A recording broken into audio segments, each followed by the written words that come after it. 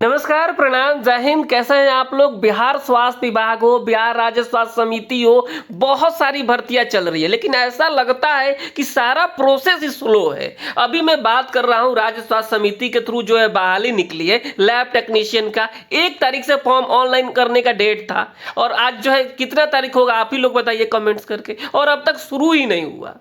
ANM की बहाली जो उसका सिलेबस ही जारी नहीं हुआ, नेत्र सहायक की बहाली सिलेबस ही जारी नहीं हुआ। पता नहीं ये जो बहाली निकल क्यों रही है जब सारी तैयारी है ही नहीं। सारी जानकारी इस वीडियो में हम देने की कोशिश करेंगे और साथ ही साथ हम बात करेंगे सीएचओ वाला जो मामला चल रहा है। अभी इसमें ऑब्जेक्शन के लिए जो है समय दे दिया गया है 10 तारीख तक। तो आप समझिए कि अगर आपका लिस्ट में नाम है तो आपको पहुंचना पड़ेगा पटना, और जो ऑफलाइन ऑब्जेक्शन देना है, ऑनलाइन वाला कोई सुविधा नहीं है। सारी जानकारी इस वीडियो में देंगे। चैनल को सब्सक्राइब कर लीजिए अगर आपने अब तक नहीं किया है तो। आगे बढ़ते हैं इस वीडियो में। सबसे पहले यहाँ पे आप देखिएगा जो है लैब टेक्नीशियन का एडवर्टाइजमेंट नंबर 9/2025 से, और इसका फॉर्म भरने का डेट था 1 सितंबर से शुरू होने वाला था, लेकिन अब तक शुरू नहीं हुआ। कुछ पता भी नहीं चल रहा है कि आखिर जो है इसमें कब शुरू होगा। इस तरीके से जो है रवैया है बिहार राज्य स्वास्थ्य समिति का। हर भर्ती में यही हो रहा है कि जो डेट मिलता है उस डेट पर भर्ती शुरू होती ही नहीं है। यहाँ पे देखिए, मैं आपको बता देता हूँ, ये पता नहीं हो क्या रहा है बिहार में। यहाँ देखिए लैब टेक्नीशियन वाला की मैं बात कर रहा हूँ। यहाँ पे इनका जो है फॉर्म भरने का जो डेट था शुरू होने का 1 तारीख से था, देख रहे हैं आप लोग, 1 तारीख से, लेकिन अब तक शुरू नहीं हुआ और लास्ट डेट 15 तारीख है। और बताइए कब शुरू होगा, ये कब बंद होगा। ये बात तो है, जाहिर सी बात है, ये जो है इसमें जो है राज्य स्वास्थ्य समिति को एक्शन लेना चाहिए और इस तरीके के जो काम है उसको जो है थोड़ा सा तेजी लाना चाहिए। ये तो होगा लैब टेक्नीशियन वाली इतना परेशान है हम लोग कि बार बार कि कब शुरू होगा, ये बातें पूछी जा रही है। इसके अलावा जो नेत्र सहायक का कब का जो इसका फॉर्म भरा गया है नेत्र सहायक वाला, और अब तक जो है इसमें आप देखेंगे इसका सिलेबस जारी नहीं हुआ। नेत्र सहायक का सीटें है 220, ठीक है, सीटें कितनी है 220 से इसका फॉर्म आराम से भरा गया था, ठीक है, लेकिन ये भी लेट शुरू हुआ था, ठीक है। 28 तारीख को लास्ट डेट था, खत्म हो गया। अब सिलेबस जारी कर देना चाहिए कि आखिर एग्जाम से लेंगे किस तरीके से, लोग तैयारी करें उस हिसाब से, लेकिन नहीं, सिलेबस जारी ही नहीं हुआ अब तक। पता नहीं कब होगा। मैं आपको बता दूं, किसी को पता नहीं होगा तो सीएचओ को जो बहाली आई थी ना, जब रद्द हो गया था उस टाइम 2 दिन पहले सिलेबस जारी हुआ। राजस्थान का कोई फॉर्म भरा था तो ट्रेन में बैठ के तो पता चला कि सिलेबस ये है, ऑफिशियल सिलेबस। तो क्या है ये, जो आखिर सिलेबस जारी क्यों नहीं हो रहा है। जब भर्ती पूरा करना है ढंग से तो सिलेबस तो जारी कर देना चाहिए। एएनएम की हम बात कर लेते हैं, 5006 सीट है, कब का फॉर्म भरा गया, लेकिन सिलेबस जारी नहीं हुआ। अच्छा है कि हम लोग तैयारी करा रहे हैं पुराने वाले सिलेबस से, जो 2021 में भर्ती आई थी उस समय जो सिलेबस था उस सिलेबस के हिसाब से हमारे यहाँ तैयारी चल रहा है, लेकिन ऑफिशियल सिलेबस तो जारी कर देना चाहिए। ये जायज मांग है, ये अभ्यर्थियों का जायज मांग है जिसपे जो है राज्य स्वास्थ्य समिति को एक्शन लेना चाहिए। इस तरीके से, इस रवैये से कोई भर्ती पूरी नहीं हो पाएगी।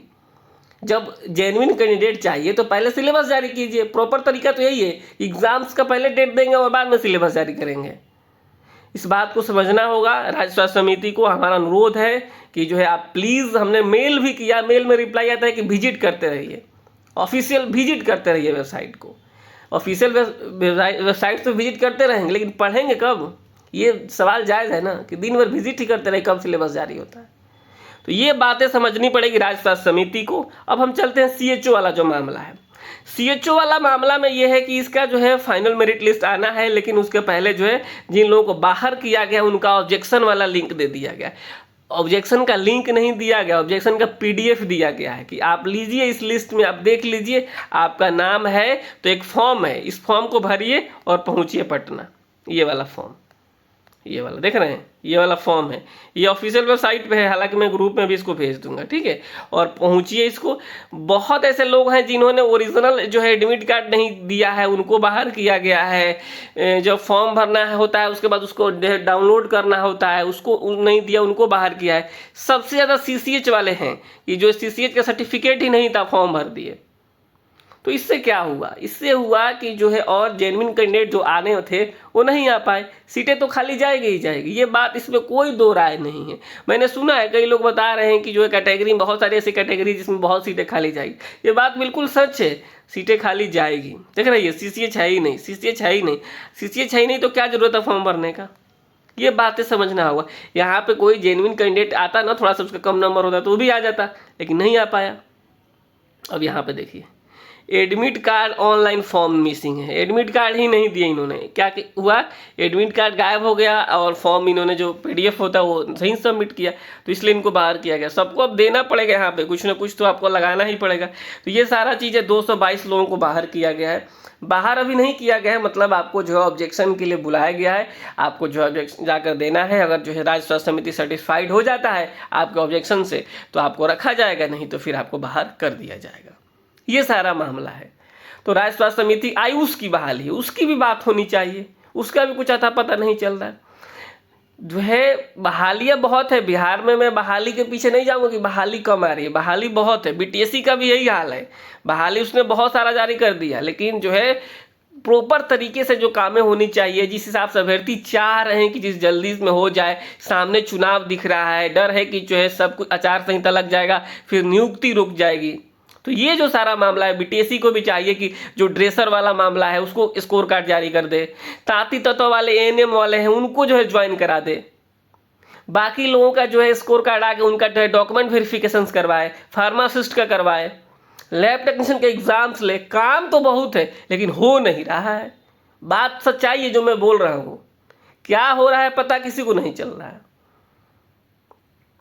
देखना होगा। अब तो थोड़ा सा हम लोग भी इंतजार में हैं कि जो है वर्कलोड ज़्यादा है BTSC के ऊपर, तो ठीक है थोड़ा समय लीजिए लेकिन काम प्रॉपर तरीके से कीजिए।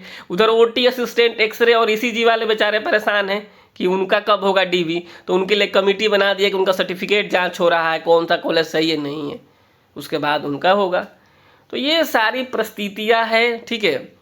और जो है आप लोग कोशिश कीजिए कि जो BTSC का email ID है, जो राज्य स्वास्थ्य समिति का email ID है, वहाँ पे सीधे कनेक्ट कीजिए, आप लोग सीधे वहाँ कॉन्टेक्ट कीजिए सही जानकारी के लिए। मैं तो वही कहूँगा, किसी को सिलेबस नहीं मिल रहा है, किसी को तैयारी करने के लिए जो है बाकी जानकारी नहीं मिल पा रही है, सीधे वहीं मेल कीजिए आप लोग, तब जाकर जो है BTSC और राज्य स्वास्थ्य समिति का नींद खुलेगा।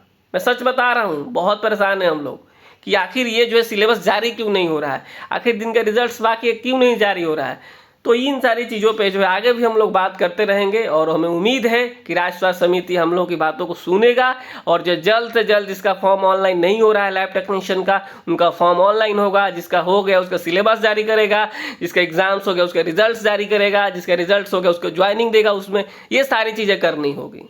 तब जाकर ना बिहार के अभ्यर्थी खुश रहेंगे और आगे मन लगाकर काम करेंगे। सब कोई चाह रहा है कि जल्दी से जल्दी ज्वाइनिंग हो जाए, कब क्या हो जाएगा कोई नहीं जानता, इसलिए सबको जल्दी है। और फिलहाल जो है राज्य स्वास्थ्य समिति से हमारा जो नम्र निवेदन है, नम्र अनुरोध है कि आप प्लीज़ जो है फॉर्म ऑनलाइन शुरू कीजिए और बाकी जो है काम उसको भी आगे बढ़ाइए। नमस्कार, धन्यवाद।